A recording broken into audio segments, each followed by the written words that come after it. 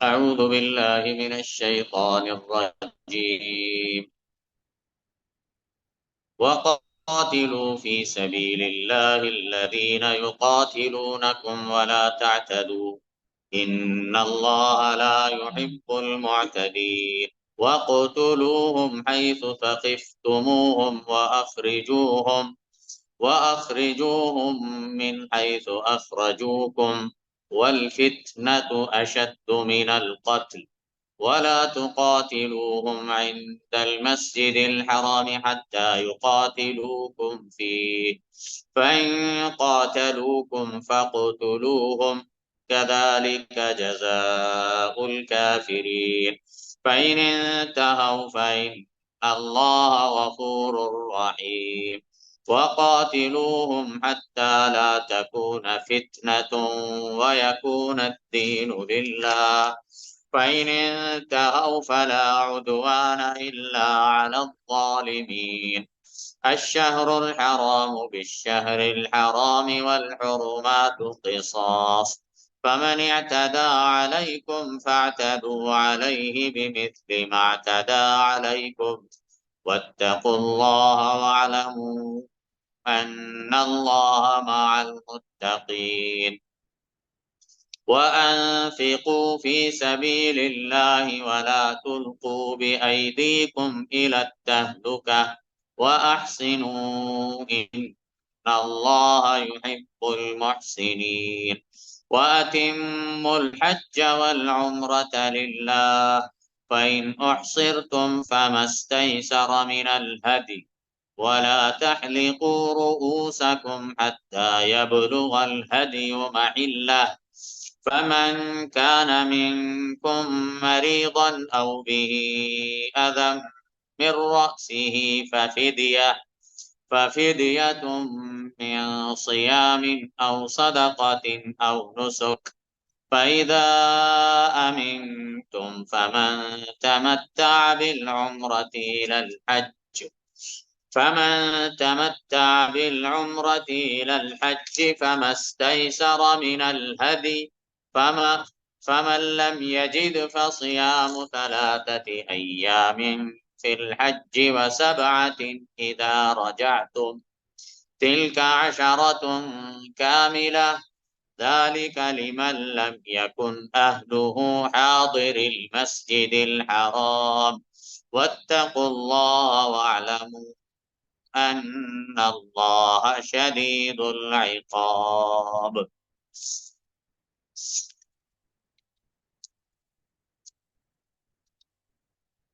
ہم نے آپ کے سامنے سورہ بقرہ کی آیات تلاوت کی ہیں آیت نمبر 190 سے لے کر آیت نمبر 196 تک 190 سے لے کر 196 تک وَقَاتِلُوا فِي سَبِيلِ اللَّهِ الَّذِينَ يُقَاتِلُونَكُمْ وَلَا تَعْتَدُوا اور قتال کرو وقاتلوا اور قتال کرو فی سبیل اللہ کی راہ الذین یقاتلونکم ان سے جو تم سے قتال کرتے ہیں ولا تعتدوا اور تم زیادتی نہ ان اللہ لا يحب المعتدین بے شک اللہ لا يحب المعتدین نہیں پسند کرتا زیادتی کرنے والوں کو تو قتال کرو ان سے قتال کرنا یعنی جنگ کرنا لڑائی کرنا تو اللہ تعالیٰ نے یہاں پر اجازت دی ہے اہل ایمان کہ تم اللہ کے راہ میں ان سے جنگ کر سکتے ہو جو تم سے جنگ کرتے ہیں جنہوں نے تم پر جنگ مسلط کی تو بہت سارے اہل علم یہ بتاتے ہیں کہ یہ سب سے پہلی آیت ہے جس میں اللہ تعالیٰ نے کافروں سے جنگ کرنے کا حکم اور بعض اہل علم فرماتے ہیں کہ سب سے پہلی آیت اس سورہ حج کی آیت ہے اذن للذین یقاتلون بانہم ظلموا اجازت دی گئی ہے ان کے لیے جن پر ظلم کیا گیا ہے جو مظلوم ہیں ان کو اجازت دی گئی ہے اذن للذین یقاتلون بانہم ظلموا اجازت دی گئی ہے ان کے لیے جن سے جنگ کی جا رہی ہے یعنی جن پر جن پر جنگ مسلط کی گئی اذن للذین یقاتلون بأنہم ظلموا، اس لیے کہ وہ مظلوم ہیں، وَإِنَّ اللَّهَ عَلَى نَصْرِهِمْ لَقَدِيرٌ، اور بے شک اللہ ان کی مدد کرنے پر قادر۔ تو بعض مفسرین کہتے ہیں کہ یہ سورہ حج کی آیت پہلی آیت ہے جس میں اللہ کے نبی صلی اللہ علیہ وسلم کو کافروں سے جہاد کرنے کی، قتال کرنے کی اجازت دی گئی، جہاد کس سے۔ ہاں، بعض اہل علم فرماتے ہیں کہ یہ سورہ بقرہ کی آیت سب سے پہلی آیت۔ بہرحال یہ دونوں آیتیں جہاد کے ابتدائی دور کی، یعنی جہاں پر جہاد کی اجازت اللہ تعالیٰ نے اپنے نبی کو دی۔ اللہ کے نبی صلی اللہ علیہ وسلم جب تک مکہ میں تھے آپ کو جہاد بالسیف کی اجازت نہیں تھی، یعنی تلوار سے، یعنی جہاد کرنے کی، جنگ کرنے کی آپ کو اجازت نہیں تھی، بلکہ آپ کو یہ حکم تھا کہ آپ مشرکوں سے اعراض کر لو، ان سے منہ پھیر لو۔ لیکن جب آپ مدینہ چلے گئے اور مدینہ کے اندر ہر طرف سے مسلمان وہاں پر ایک جمع ہو گئے، مدینہ کے مسلمان بھی تھے، اطراف و اکناف سے مکے کے اور دیگر جگہ کے مسلمان بھی ہجرت کر کے مدینہ میں جمع ہوئے، اور مسلمانوں کی ایک قابل ذکر تعداد وہاں پر جمع ہوئی، اور مدینہ کے اندر ایک اسلامی حکومت قائم ہوئی اللہ کے نبی صلی اللہ علیہ وسلم کی قیادت میں،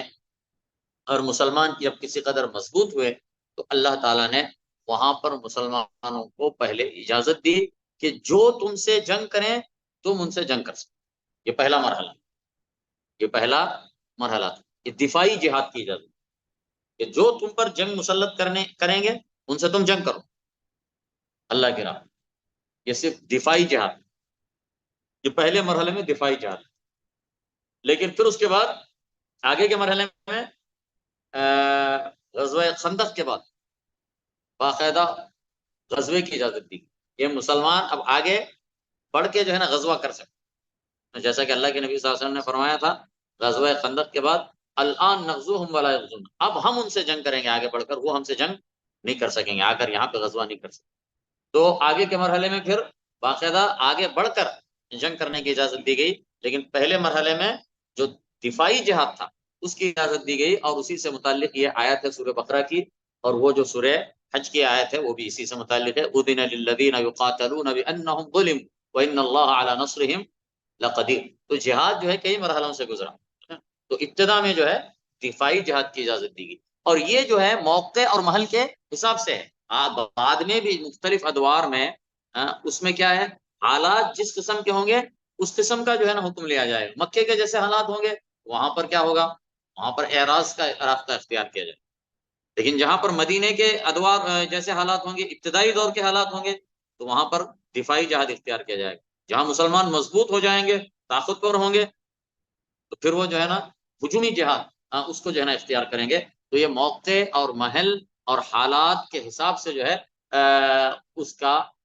تعین ہوگا کہ اب جہاد کس نوعیت پہ ہے، ٹھیک ہے، کہ دفاعی جہاد ہے یا ہجومی جہاد ہے، یہ اس کا اختیار جو ہے حالات اس کا کی تعین کریں گے۔ فرمایا وقاتلوا فی سبیل اللہ الذین یقاتلونکم، اور قتال کرو اللہ کی راہ،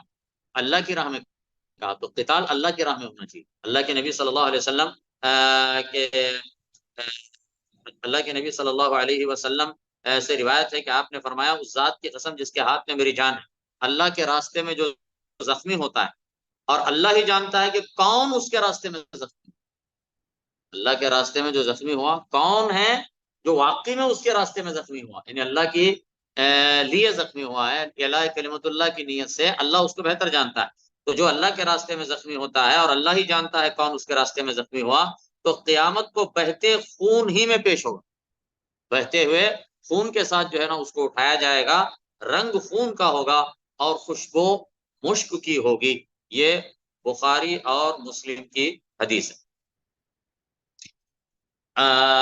تو فرمایا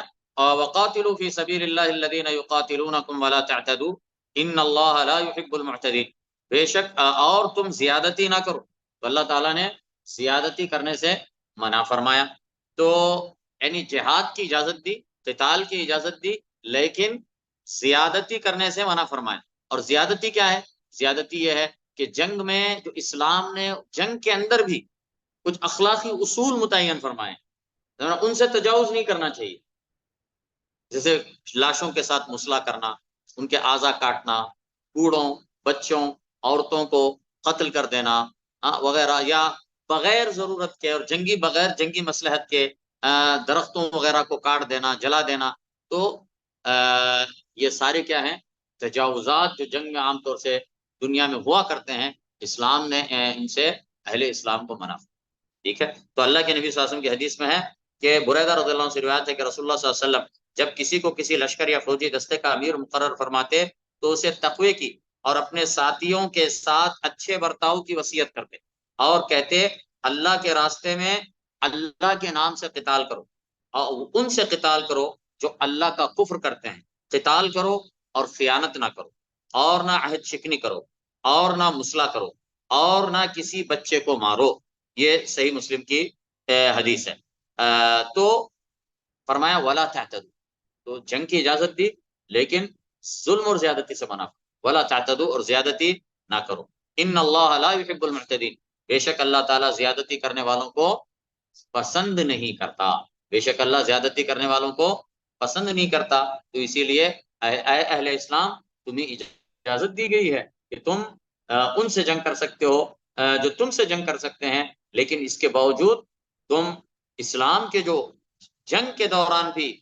اسلام نے جو اخلاقی اصول بتائے ہیں ان سے تجاوز نہ کرنا اور ظلم اور زیادتی نہ کرنا، کیونکہ ظلم اور زیادتی کرنے والوں کو اللہ تعالیٰ پسند نہیں کرتا. اور یہ اسلام ایسا دین ہے کہ جس نے جنگ میں بھی اصول دی، جنگ کے بھی اصول دیے. جنگ میں بعض لوگ کہتے ہیں کہ جنگ میں اور کہتے ہیں اور محبت میں کوئی اصول نہیں ہوتا، اس کے کوئی اصول نہیں ہوتے، لیکن یہ بات اسلام اس کی تائید نہیں کرتا. حالت جنگ میں بھی اصولوں کو جو ہے نا مسلمان جو ہے نا اس پہ چلتا. اللہ تعالیٰ نے اور اللہ کے نبی نے ہمارے لیے رہنما اصول مقرر فرمائے ہیں، ہم ان سے تجاوز نہیں کر سکتے. اسی لیے دنیا کی تاریخ آپ دیکھیں گے کہ مسلمانوں نے جو جنگ کی ہے، مسلمان جنگ کے دوران بھی رحم دل، مسلمان سب سے رحم دل قوم رہے ہیں. تاریخ ہمیں بتا دی اپنے دشمنوں کے ساتھ بھی انہوں نے رحم دلی کا معاملہ کیا. اور یہ صرف مسلمانوں کی تاریخ. کیوں؟ کیونکہ قرآن و سنت نے انہیں جو اصول بتائے اس کی وجہ سے. اور اسی لیے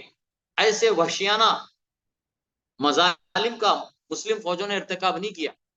کبھی بھی. مفتوح قوموں پر، جن قوموں پر وہ غالب ہو جاتے تھے، جن علاقوں کو فتح کر لیتے تھے، تو اہل اسلام نے، سپاہیان اسلام نے کبھی وحشیانہ جرائم کا ارتکاب نہیں کیا غالب ہونے کے بعد. جبکہ دوسری قوموں میں آپ دیکھیں گے غالب قوم جب کسی غالب آتی ہے تو مغلوب قوم کے ساتھ ہر قسم کے ظلم کرو، انہیں انسان کا درجہ تک نہیں دیتے. تو اسلام ہی وہ دین ہے جس نے یہ اصول سکھائے اور ان اصولوں پر اہل اسلام نے عمل بھی کیا. تاریخ کے فرمایا ان اللہ لا يحب المعتدین، بے شک اللہ پسند نہیں کرتا زیادتی کرنے. وَاقْتُلُوهُمْ حَيْثُ ثَقِفْتُمُوهُمْ، اور تم ان کو مارو جہاں بھی تم ان کو پاؤ. جہاں بھی تم ان کو پاؤ کا مطلب یہ ہے کہ میدان یہ جب حالت جنگ میں جنگ ہوگی، جہاں تم ان کو پاؤ کا مطلب یہ ہے کہ جب بھی تم ان پر غالب آ جاؤ، جب تم مار سکتے ہو ان کو مارو. کیونکہ جنگ اسی کے جنگ کے دوران تم ان کا خون بہاؤ. جہاں پر وَاقْتُلُوهُمْ حَيْثُ ثَقِفْتُمُوهُمْ، تم ان کو قتل کرو جہاں تم ان کو پاؤ. وَأَخْرِجُوهُمْ مِنْ حَيْثُ أَخْرَجُوكُمْ، اور ان کو نکالو. اخراج یخرج اخراجن، نکالنا. اخراج اسی سے اردو میں بھی استعمال کرتے ہیں لفظ نکالنے کو کہتے ہیں. اور تم ان کو نکالو من حیث اخرجوکم، جہاں سے انہوں نے تم کو نکالا.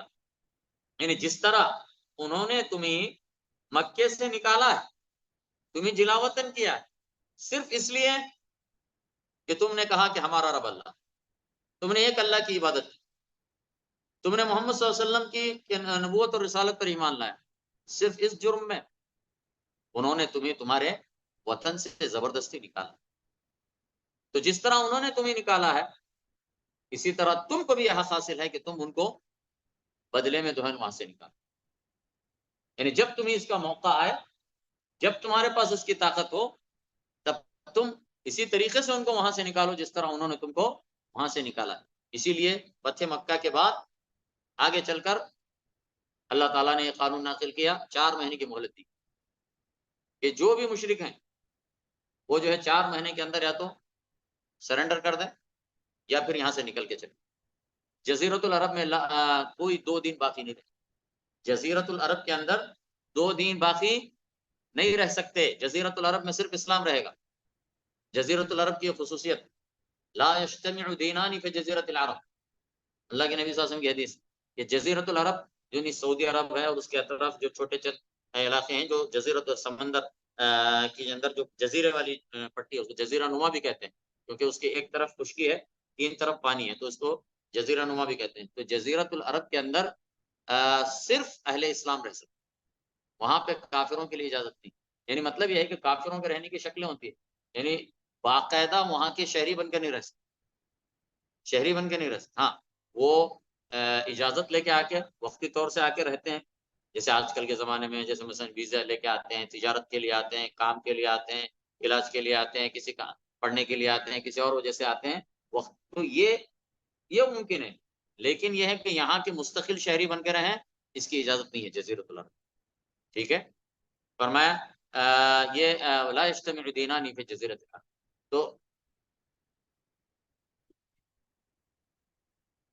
تو اسی لیے اللہ کے نبی صلی اللہ علیہ وسلم نے وہ نکل دیے نا,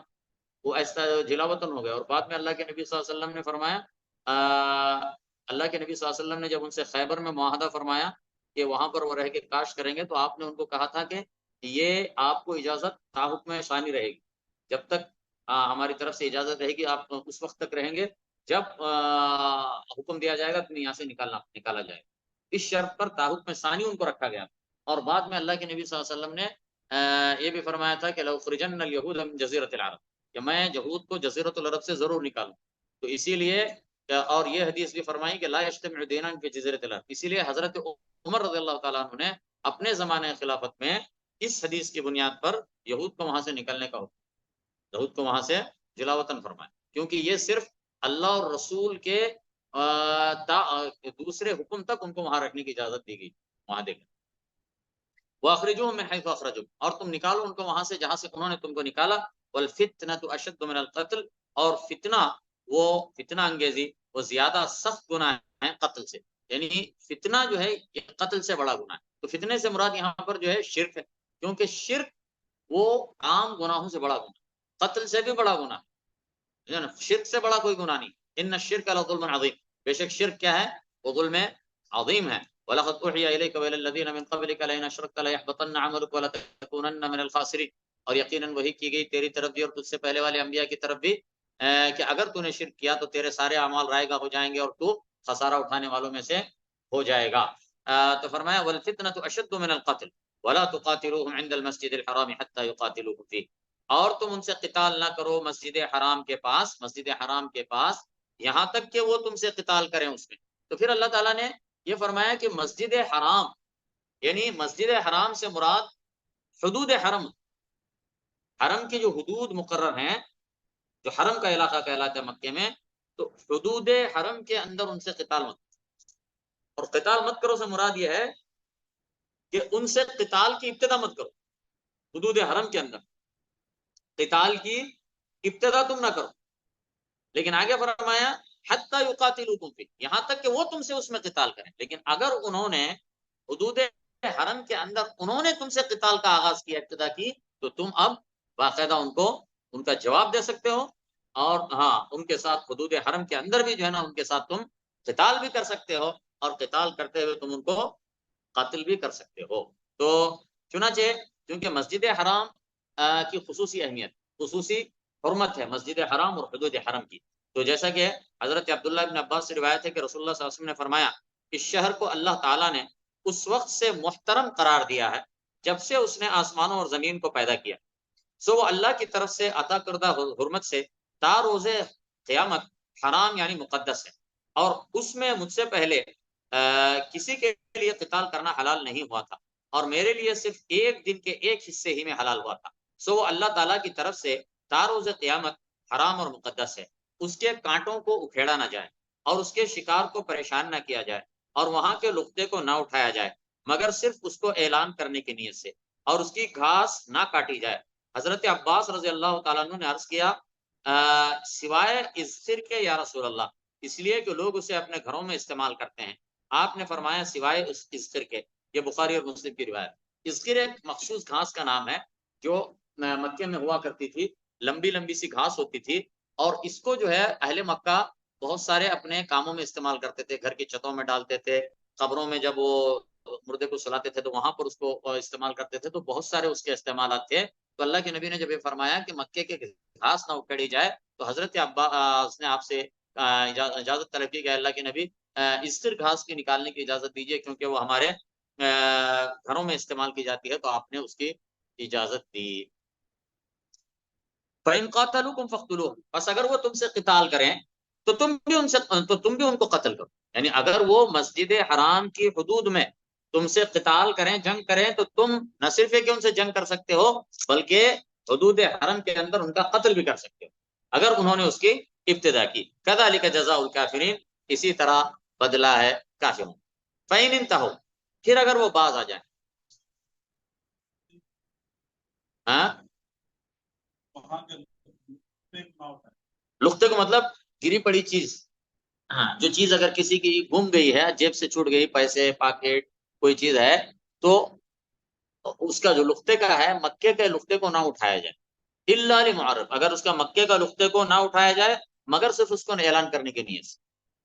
کیونکہ مکے کا لختے کی خاص احکام، باقی لختوں کی جگہوں سے جو باہر کے لختے ہیں، باہر کے لختوں کی جو تفصیل ہے وہ یہ ہے کہ اگر آپ اس کا لختے کو اٹھاتے ہیں تو آپ، اگر وہ معمولی چیز ہے تو آپ اسے استعمال کر سکتے ہیں، جیسے کہیں روپیہ گرا ہوا ہے، اس کو کوئی ڈھونڈتے ہوئے نہیں آئے گا، معمولی چیز یہ ہے کہ جس کو آدمی ڈھونڈتے ہوئے واپس نہیں آتا،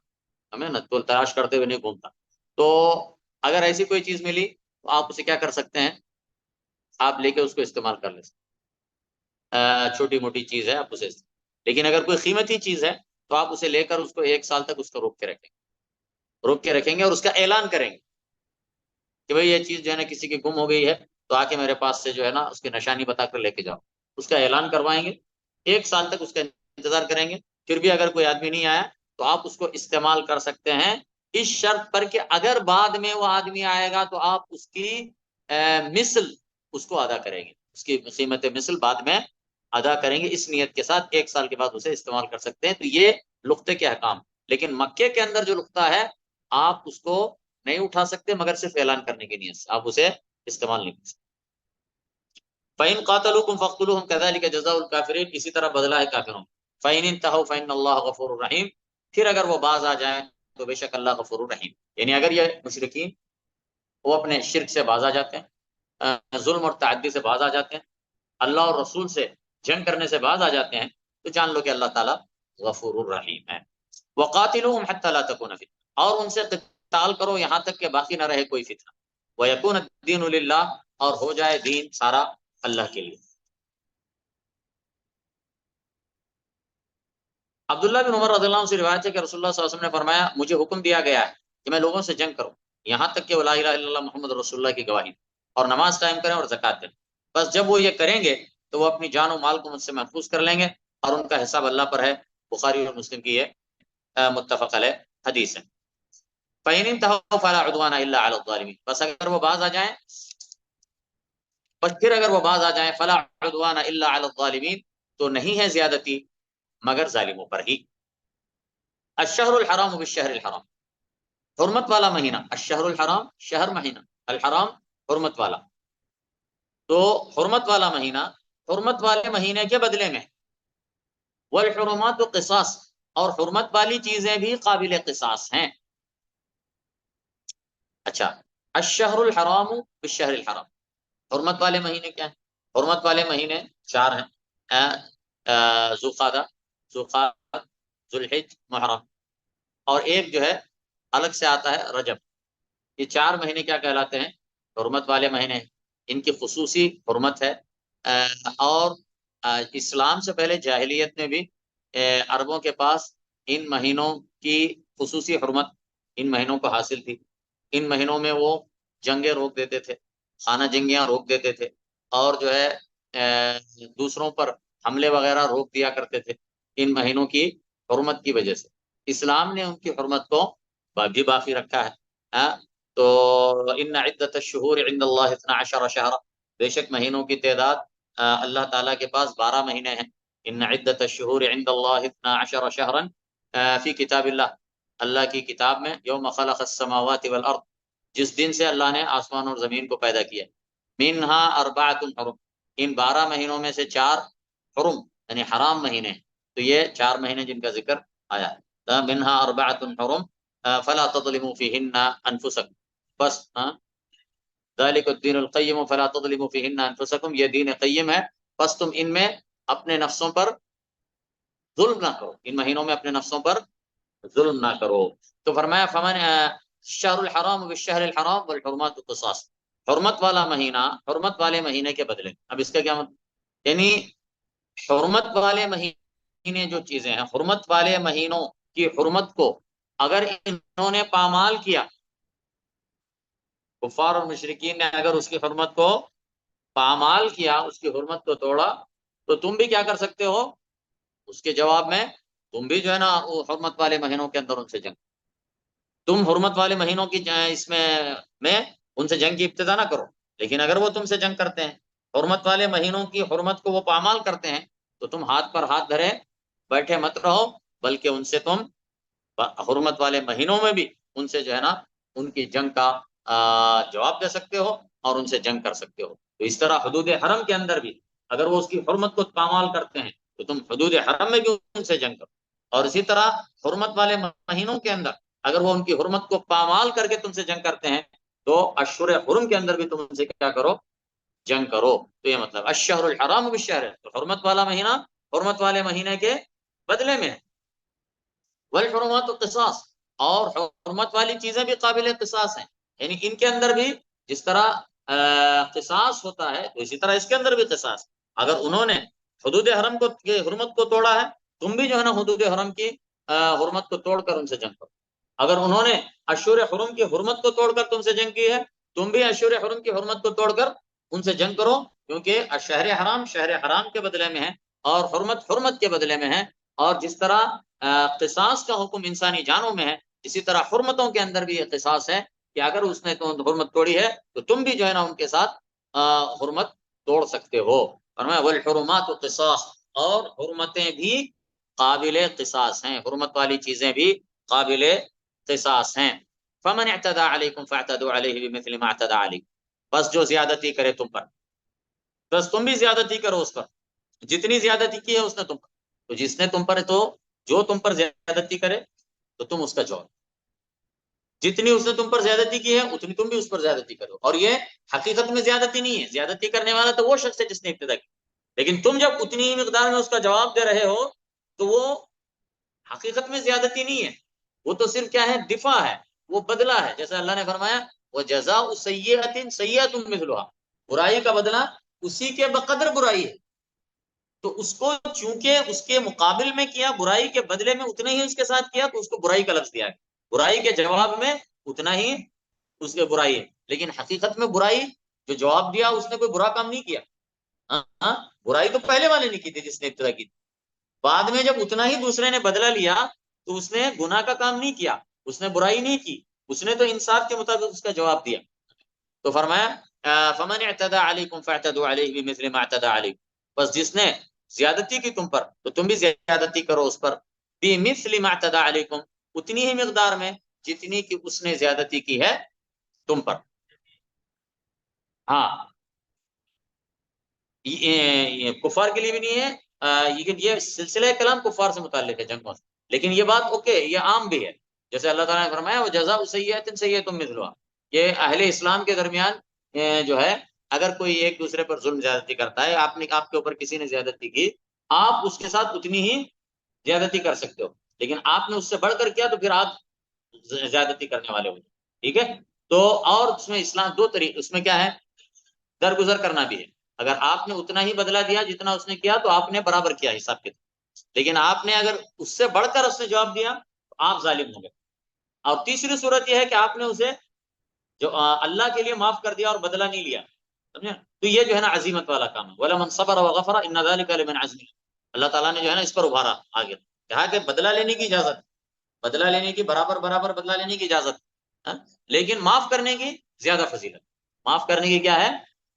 زیادہ فضیلت ہے، اور وَلَمَنْ صَبَرَ وَغَفَرَ إِنَّ ذَلِكَ لَمِنْ عَزْمِ الْأُمُورِ، اور جو صبر کرے گا اور معاف کر دے گا تو یقیناً یہ اونچے عظیمت والے کاموں میں سے ہے۔ فَمَنْ اعْتَدَى عَلَيْكُمْ فَاعْتَدُوا عَلَيْهِ بِمِثْلِ مَا اعْتَدَى عَلَيْكُمْ وَاتَّقُوا اللَّهَ وَاعْلَمُوا أَنَّ اللَّهَ مَعَ الْمُتَّقِينَ، اور ڈرو اللہ سے اور جان لو کہ بے شک اللہ متقیوں کے ساتھ۔ وَأَنفِقُوا فِي سَبِيلِ اللَّهِ اور خرچ کرو اللہ کے راستے۔ تو قرآن کریم میں جو ہے اللہ کے راستے میں خرچ کرنے کے بہت جگہ پہ حکم ہے، بہت مقامات پر اللہ نے اللہ کے راستے میں خرچ کرنے کا حکم دیا ہے۔ تو اس سے اللہ کے راستے میں خرچ کرنے کی، اللہ کے راستے میں انفاق کی اہمیت ہم کو معلوم ہوتی کہ قرآن مجید کے اندر جو چیز جتنی اہم ہوتی ہے اتنا اس کو بار بار بیان کیا جاتا ہے تاکہ لوگوں کے دلوں میں وہ چیز راسخ ہو جائے۔ تو انفاق فی سبیل اللہ پر قرآن مجید میں بہت زیادہ ابھارا گیا ہے، بار بار اس کا حکم دیا گیا ہے، اس کی فضیلت بیان کی گئی ہے، جس سے اس کی اہمیت کا ہمیں پتہ چلتا ہے۔ تو فرمایا وانفقوا فی سبیل اللہ اور خرچ کرو اللہ کے راستے میں۔ ولا تلقوا بایدیکم الی التہلکہ اور تم نہ ڈالو اپنے ہاتھوں کو ہلاکت کی طرف، اپنے ہاتھوں کو ہلاکت میں نہ ڈالو، اپنے ہاتھوں کو ہلاکت میں نہ ڈالو۔ ایک تو ظاہری مطلب یہ ہوا، اس کا لفظ ظاہری الفاظ کا مطلب ہے یہ ہے کہ اپنے آپ کو ہلاکت میں مت ڈالو، یعنی خودکشی مت کرو، یعنی جس طرح ایسے اقدام نہ کرو کہ جس میں تمہاری ہلاکت اور بربادی ہے، ایسا کام مت کرو۔ ولا تلقوا بایدیکم الی التہلکہ، اور یہ اپنی جگہ پر درست ہے۔ ولا تقتلوا انفسکم، جس اللہ نے دوسرے مقام پر فرمایا ولا تقتلوا انفسکم ان اللہ کان بکم رحیما، اور اپنے آپ کو قتل مت کرو، بے شک اللہ تم پر بڑا رحیم ہے، اللہ تم پر رحم کرنے والا ہے، تم اپنے اوپر رحم نہیں کرتے۔ فرمایا ولا تقتلوا انفسکم، کیوں اپنے آپ کو ہلاکت میں ڈالتے ہو، کیوں اپنے آپ کو قتل کرتے ہو، بے شک اللہ تمہارے اوپر کیا ہے، بڑا رحیم۔ تو اس معنی اچھا دوسرا جو مطلب ہے اس کا وہ ہے کہ انفقوا سے تعلق ہے اس کا، جو کہ اللہ کے راستے میں خرچ کرو۔ اگر تم اللہ کے راستے میں خرچ کرنا چھوڑ دو گے تو اپنے آپ کو ہلاکت، یہ بھی کیا ہے، اللہ اپنے آپ کو ہلاکت میں ڈالنے کی طرح ہے۔ تو اسی لیے جیسا کہ حضرت ابو ایوب انصاری نے فرمایا کہ یہ آیت ہمارے انصار کے بارے میں نازل ہوئی کہ ہم نے جب اللہ تعالیٰ نے جو ہے نا اپنے نبی کو جزیرۃ العرب پر غالب فرمایا، تو ہم نے آپس میں کہا کہ اب تک ہم جنگوں اور غزوات میں مشغول رہے اور اپنے کھیتوں اور باغوں پر صحیح توجہ نہیں دے سکے، زمینوں پر توجہ نہیں دے سکے، زراعت پر صحیح طریقے سے توجہ نہیں دے سک رہے تھے۔ اب جب اللہ تعالیٰ نے اپنے نبی کو جو ہے نا جزیرۃ العرب پر غالب فرمایا اور مکہ فتح فرمایا، تو اب ہم کیا کرتے ہیں، اپنے کھیتوں اور باغوں پر توجہ دیتے ہیں۔ تو اللہ تعالیٰ نے ان پر آیت اتاری کہ دیکھو اللہ کے راستے میں خرچ کرو اور اپنے آپ کو ہلاکت میں مت ڈالو، یعنی اللہ کے راستے میں خرچ کرنے کو اگر چھوڑ دو گے، جہاد فی سبیل اللہ کو اگر چھوڑ دو گے، تو اس کا مطلب یہ ہوا کہ تم نے اپنے آپ کو ہلاکت میں ڈالا، کیونکہ اس کی وجہ سے جب تم اللہ کے راستے میں انفاق اور اللہ کے راستے میں جہاد چھوڑ کے بیٹھ جاؤ گے تو پھر اس کے نتیجے میں دشمن تم پر غالب آ جائے گا، پھر اس کے نتیجے میں وہ دشمن تم پر غالب آ جائے گا اور تمہاری جیتی ہوئی جنگیں ہار میں بدل جائیں گی۔ اس کے لیے کبھی بھی انفاق کو اور جہاد کو نہیں چھوڑنا ہے۔ تو یہ نیچے جو ہے نا یہاں پر حدیث لکھی ہوئی ہے جو حضرت ابو ایوب انصاری کے اس بارے میں،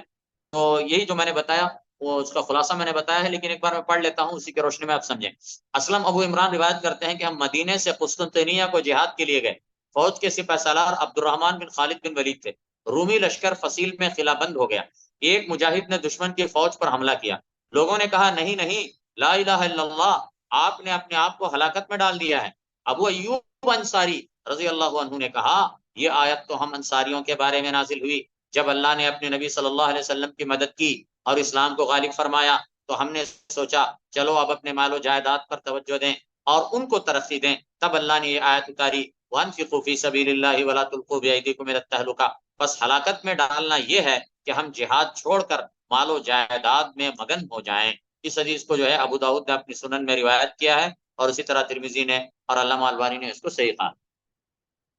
فرمایا وانفقوا فی سبیل اللہ اور خرچ کرو اللہ کے راستے میں، ولا تلقوا بایدیکم الی التہلکہ اور نہ ڈالو اپنے آپ کو، اپنے ہاتھوں کو ہلاکت کی طرف۔ واحسنوا اور احسان کرو، احسان کرو، ان اللہ یحب المحسنین، احسان کرو یعنی نیکی کے کام، احسان نیکی کے کام کرنے کو بھی احسان کیا، اچھے سے اچھا طریقے سے نیکی کے کام کرنا، اس کو بھی جو ہے احسان کہا جاتا ہے۔ وَإِنَّ اللَّهَ يُحِبُّ الْمُحْسِنِينَ، بے شک اللہ محبت کرتا فرماتا ہے محسنین سے۔